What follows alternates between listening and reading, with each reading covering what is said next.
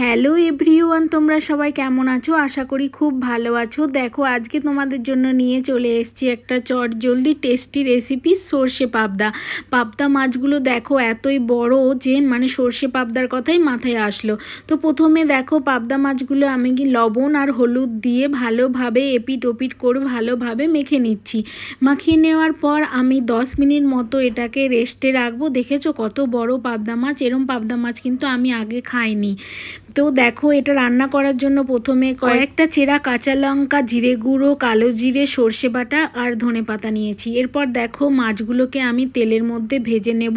এই মাছগুলো ভাজার সময় মাথায় রাখতে হবে হালকা আঁচে ভাজতে হবে, না হলে মাছগুলো একটু তেল ছিটকোয় বেশি, তো হালকা আঁচে ভাজলে কোনো অসুবিধা হবে না। দেখো লাল লাল করে আমি মাছগুলোকে ভেজে নিয়েছি। এরপর ওই তেলের মধ্যেই কালো জিরে ফোড়ন দিয়ে ভালোভাবে নাড়িয়ে নিচ্ছি। এরপর নাড়ানো হয়ে গেলে যে সর্ষে বাটাটা নিয়েছিলাম ওটা তেলের মধ্যে দিয়ে দিলাম। জিরে গুঁড়োটা দিয়ে ভালোভাবে ওই সর্ষে বাটাটাকে কষিয়ে নিচ্ছি। কষানো হয়ে গেলে লবণ আর হলুদ দিয়ে ভালোভাবে আরেকটু কষিয়ে নিচ্ছি। কষানো হয়ে গেলে অল্প জল দিয়ে হালকা ফুটিয়ে নেব। ফুটিয়ে নেওয়ার পর দেখো যখন গাঢ় হয়ে আসবে তখন 1 বাটি মতো জল দিয়ে ওই মশলাটাকে ফুটতে দিতে হবে। ফোটানো হয়ে গেলে দেখো পাবদা মাছগুলো আমি দিয়ে দিচ্ছি। একটা একটা করে পাবদা মাছ দিয়ে দেওয়ার পর দেখো যখন জলটা ফুটে আসবে তখন তার মধ্যে কাঁচা লঙ্কা কুচিগুলো দিয়ে দিতে হবে আর ধনেপাতা কুচি যেটা রেখেছিলাম সেটাও দিয়ে দিতে হবে। দিয়ে 10 মিনিট মতো ফোটাতে হবে। দেখো ফোটানোর সময় দেখো কত সুন্দর কালার এসেছে।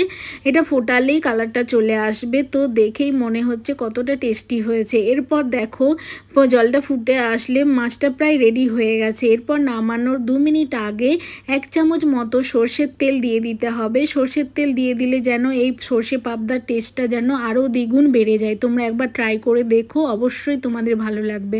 দেখো আমাদের সর্ষে পাবদা রেডি হয়ে গেছে। এবার সার্ভ করে দিলেই সর্ষে পাবদা রেডি। তো দেখো কেমন লাগলো তোমাদের আজকের এই রেসিপিটা। যদি তোমাদের রেসিপিটা ভালো লেগে থাকে অবশ্যই আমাকে জানাবে। আর যদি তোমাদের ভিডিওটা ভালো লেগে থাকে আমার চ্যানেলটাকে লাইক আর সাবস্ক্রাইব করে দেবে আর এইভাবেই আমার পাশে থাকবে। দেখা হবে কোনো একটা পরবর্তী রেসিপি নিয়ে। ততক্ষণ টাটা।